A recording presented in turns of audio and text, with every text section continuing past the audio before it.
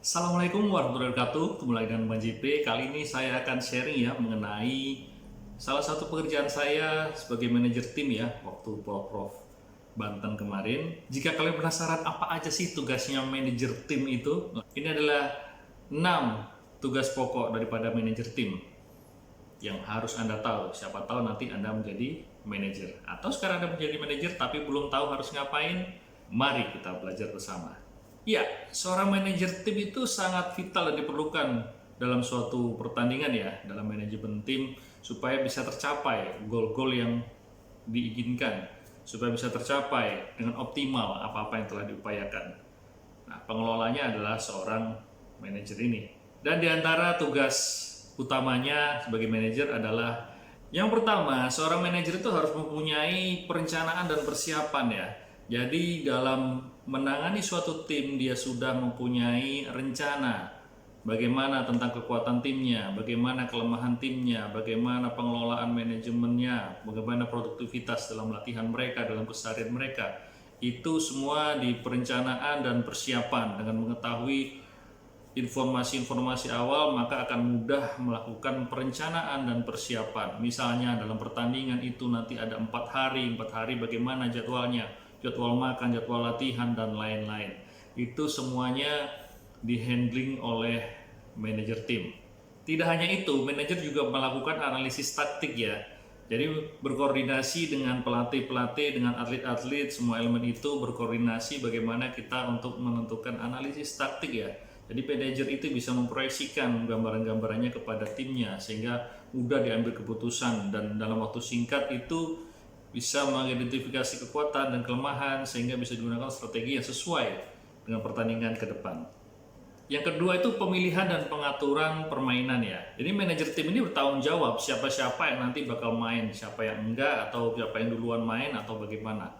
Itu diperlukan karena kita harus mengetahui seluruh kondisi ya daripada atlet pelatih. Nah, pelatih ini akan juga koordinasi dengan atletnya mengenai keadaannya, fisiknya, mentalnya, bisa main enggak. Nah, seperti itu. Dalam beberapa kemarin saya menerapkannya dengan selalu mengecek ya setiap pagi keadaan mereka bagaimana, sudah makan belum, sampai segitunya.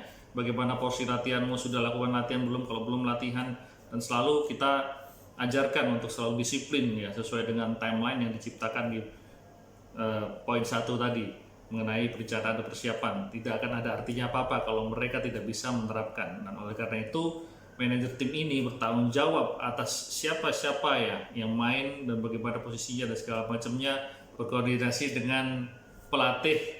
Nomor 3, ini salah satu yang paling penting ya, yaitu motivasi dan kepemimpinan. Ini poin penting untuk manajer. Karena di saat kita lihat hasil pertandingan seperti apa, mungkin tidak sesuai dengan yang diharapkan, bagaimana kita bisa untuk turn back ya, kita membalik lagi keadaan bisa menjadi menang. Nah, itulah peran-peran manajer secara strategis. Dia bisa membaca keadaan kemudian membalikkan keadaan menjadi menguntungkan. Di antara kemarin adalah salah satunya yang paling tidak enak adalah kebijakan di Porprov ya kita. Jadi dari tim Kota Tangerang apabila ada satu yang kalah, maka dia harus check out. Nah, saya nggak tahu kebijakan ini bagusnya di mana ya, karena menurut saya sebagai manajer, kalau satu orang yang kalah ini check out, artinya dia pulang, sedangkan teman-teman yang lainnya di hotel, itu namanya memangkas kebersamaan ya, memangkas solidaritas. Itulah yang terjadi sehingga banyak yang down. Kenapa? Dia ngerasa udah berjuang itu nggak waktu pertandingan loh ya. Berjuang itu bisa 6 bulan sampai 1 tahun ke belakang karena mereka persiapan kondisi, taktik, strategi, conditioning. Tapi begitu kalah, dibuang lah kasarannya kalau menurut saya. Karena harusnya mereka tetap bersama-sama. Oke, kalau memang masalah ada budgeting dan segala macam, harusnya bisa diatur bagaimana rupanya ya, apalagi sekelas Porprov Banten dan kita tuan rumah harusnya bisa diatur. Misalnya kalau saya pandangan sebagai manajer tim ya, bisa disatukan dengan kamar lain atau mungkin disediakan mes khusus harusnya ya.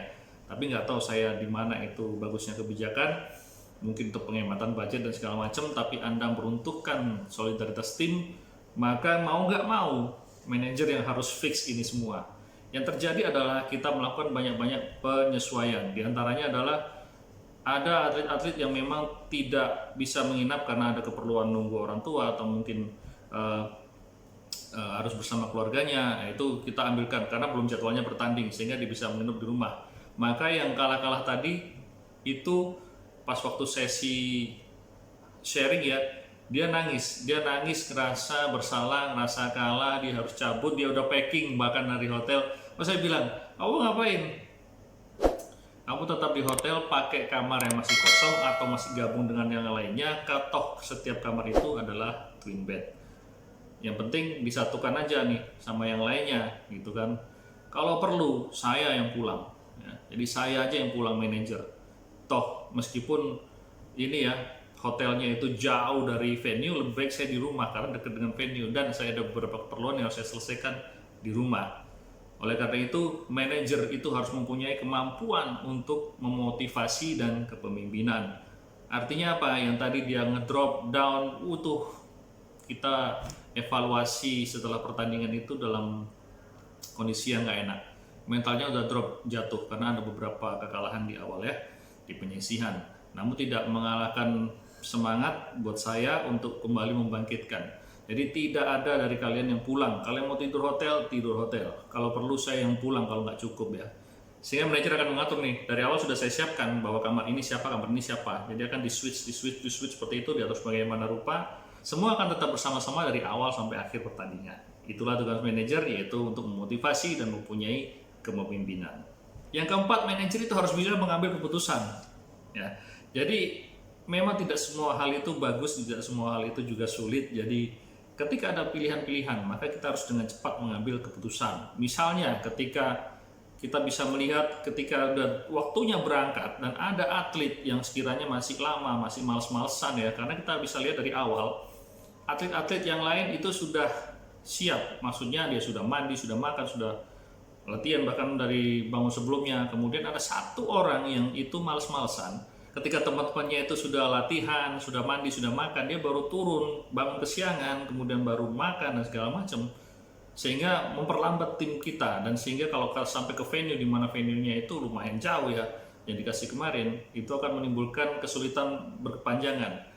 Maka sebagai manajer, saya akan memastikan bahwa kamu punya waktu sekian menit. Kalau kamu enggak berangkat tepat waktu, maka kami tinggal. Kenapa? Karena kita harus menghargai effort ya, kayak driver kita waktu itu, saya lupa namanya, tapi terima kasih banyak Pak atas dedikasinya. Jadi 30 menit sebelum keberangkatan, beliau sudah ready jemputannya. Makanya kita harus menghargai setiap elemen daripada tim itu, termasuk rekan-rekan yang lain. Coachnya, kemudian atlet-atlet yang lain sudah ready. Maka apa alasan kita menunggu orang yang tadi males-malesan dan tidak mau punya effort untuk segera berangkat? Ya sudah, akhirnya kami memutuskan semuanya masuk ke mobil. Kalau nggak gitu nggak berangkat-berangkat. Semuanya masuk ke mobil jemputan, kita tunggu sampai jam sekian, kita berangkat. Nah, mungkin dia pikir saya tidak serius karena ya tipikal orang Indonesia kan cuma ngomong doang misalnya gitu. Tapi saya akan manajer yang tepat waktu, saya manajer yang harus handle semua hal dengan baik. Maka tiada ampun. Waktunya selesai pun saya bilang, Pak berangkat. Ketika saya cek ternyata dia masih di kamar, Pak berangkat gitu kan, ya mungkin terjadi perdebatan ya, kita kan satu tim harus berangkat sama-sama bla bla bla bla. Tidak, saya ambil keputusan kita berangkat gitu. Akhirnya kita berangkat dan terlihat di belakang dia mungkin baru keluar lift dengan pontang-panting begitu. Gimana Pak? Sopirnya bilang gitu, tetap berangkat untuk kita berikan dia pelajaran. Akhirnya tetap berangkat. Pak kok kejem banget? Iya, itu untuk memberikan pelajaran. Lalu kemudian gimana nasib itu? Tenang, seorang manajer itu harus menyiapkan rencana dan persiapan. Dan ini tidak hanya rencana straight ya atau lurus gitu aja, tapi kita punya planning A, B, C, D gitu kan. Nah planning untuk dia tadi, kalau dia tidak bisa ikut mobil jemputan, artinya sudah saya siapkan coach atau official yang mempunyai motor dan kemudian dia ke venue menggunakan motornya itu. Jadi sudah saya koordinasikan di grup, yang terlambat kamu sama coach ini naik motor.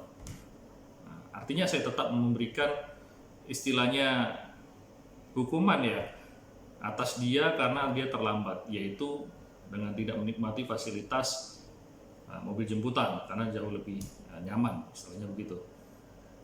Yang kelima, seorang manajer itu harus punya communication skill ya. Nah, seperti cara-cara berbicara kita dengan satu orang ya secara pribadi, personal, atau dengan banyak orang, itu merupakan ilmu komunikasi harus banyak dipelajari dan dibangun ya, terus dikembangkan. Nah, itu kalau kita punya komunikasi yang bagus, kita bisa ngomongnya itu enak. Jadi tidak hanya kamu tugasnya di lapangan bla bla bla, enggak, tapi manajer itu benar-benar mendekati personal ke personal, melihat permasalahan-permasalahan. Mungkin atlet itu mempunyai kesulitan-kesulitan ya, baik di dalam pertandingan maupun di luar pertandingan. Mungkin atlet bisa konsul sama coach ya, tapi kalau manajer dia akan melihat secara personal. Nah, ini anak sedang kesulitan apa, dia akan deketin itu, dia akan pendekatan, menanyakan keluarga dan segala macam, kemudian baru masuk ke titik permasalahan utama. Nah, komunikasi juga harus dibangun antar tim. Kalau kita melihat dua orang ini sepertinya lagi berantem atau ada masalah, ya kita pertanyakan sehingga tidak mengganggu mengenai kemajuan tim ya. Terus kemudian juga bahkan juga yang terlalu rapat ya. Bahkan kalau kita melihat ini anak terlalu rapat gitu kan, kalau kita satukan nanti malamnya bukannya istirahat malah bercanda atau mabar main game online. Nah, oleh karena itu saat mencari informasi kepada coachnya, coach gimana nih anak selama TC ya, training center kan dia sama coach. Nah, itu coach lah yang tahu detailnya mengenai kebiasaan-kebiasaan tiap atletnya. Itu kita koordinasi karena manajer juga kadang tidak selalu mendampingi. Oh, ini anak kalau berdua, kalau kumpul, wah berisik terus, nggak bisa tidur. Kadang main game, kadang apa. Nah, itulah. Oleh karena itu dalam penempatan kamar pun, nah itu sudah kita pisah-pisahkan. Kamu sama ini jangan, hanya ini. Enggak, justru kamu harus dekat dengan yang lain. Tidak hanya dengan teman baikmu ini. Nah, nanti pertama kamu nggak bisa tidur lah, mabar lah. Kalau dengan yang lain, kamu bisa melakukan pendekatan atau mengenal pribadi lain sehingga jadikan ini bermakna. Nah, itulah ya. Jadi harus mempunyai komunikasi skill yang bagus karena nanti akan berbicara dengan atlet, dengan pelatih, dengan atlet lain, dengan pelatih lain dari cabang lain, dengan panitia, dengan pihak-pihak pemerintah, Dispora atau KONI. Nah, itu adalah tugas manajer. Harus mempunyai komunikasi skill yang baik karena kita harus berbicara, bernegosiasi, kemudian menyampaikan kembali kepada tim kita. Yang keenam ya adalah evaluasi dan analisis. Jadi harus mempunyai kemampuan mengevaluasi apa-apa yang terjadi pada hari yang sudah dilewatin itu. Tidak hanya pertandingan, tapi juga semua yang mencakup di situ. Bagaimana transportnya, apakah sudah datang tepat waktu untuk antar dan jemput, bagaimana hotelnya, apakah sudah memberikan fasilitas yang sesuai atau ada komplain segala macam. Manajer harus tahu itu. Kemudian juga makanan ya, apa makanannya, makan siang, makan ini datang tepat waktu. Tapi syukur ya, ini Swiss Built-in keren banget ya. Jadi penyedianya untuk tinggal kita akomodasi adalah Swiss Built-in yang di Bandara Tangerang, yang dekat bandara itu. Nah, itu memberikan service yang keren banget. Saya salut karena apa? Kita disediakan makan itu lebih awal ya. Karena saya permintaan memang lebih awal, tapi beliau sudah memberikan lebih awal. Nah, artinya kinerjanya bagus. Sebelum jam makan itu sudah diterima, bahkan pernah 1 jam sebelumnya, ya kan? Apa nggak khawatir makanannya gini? Enggak, yang penting itu ada, ya. Yang penting itu ada, bagus kualitasnya. Kenapa? Karena begitu sampai 1 jam sebelumnya itu kita bisa cek kondisi makanan. Ingat, manajer juga harus ngecek itu, kondisi makanannya bagus apa enggak. Jangan sampai, mohon maaf kalau tidak layak terus dikasih ke atlet, nanti bisa sakit misalnya udah basi atau apa. Makanya begitu datang, oh ini makanan dari ini fresh, ya kan? Makanannya fresh, kemudian jumlahnya sesuai, jangan sampai jumlahnya kurang. Kalau lebih nggak apa-apa, jumlahnya kurang dari tim yang ada, nanti bisa jadi masalah kan. Nah, oleh karena itu harus istilahnya dicek lagi secara kualitas makanan, secara jumlahnya udah sesuai belum, kemudian distribusinya juga. Nah, distribusi juga disampaikan dengan baik. Nah, lalu kita dari situ tadi kita akan evaluasi tuh di akhir hari. Apa-apa yang bagus kita pertahankan, apa-apa yang kurang kita tingkatkan dengan koordinasi dengan berbagai pihak, termasuk dengan coach juga. Nah, ini gimana coach menurutmu hari ini? Nah, itu kita selalu melakukan evaluasi ya.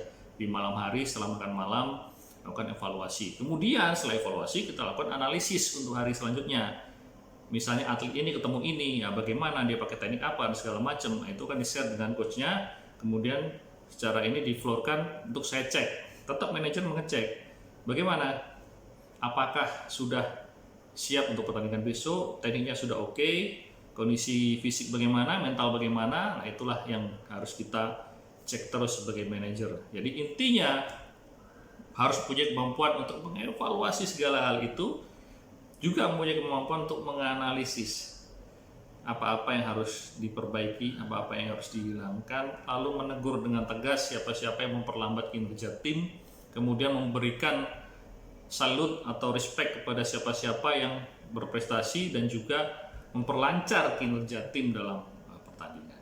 Ya, itu tadi adalah tugas-tugas gambaran umum seorang manajer ya dalam pertandingan atau dalam suatu event. Dan tugas-tugas itu dapat bervariasi tergantung daripada jenis olahraganya, berapa lama pertandingannya, dan segala macamnya. Nah, semoga bermanfaat. Jadi ini adalah sharing saya mengenai bagaimana menjadi manajer. Apabila Anda suka, like, komen di bawah, jangan lupa subscribe, nyalakan loncengnya agar konten-konten yang bermanfaat seperti ini bisa Anda saksikan perkembangannya. Itu aja, terima kasih, sampai jumpa, dan assalamualaikum warahmatullahi wabarakatuh.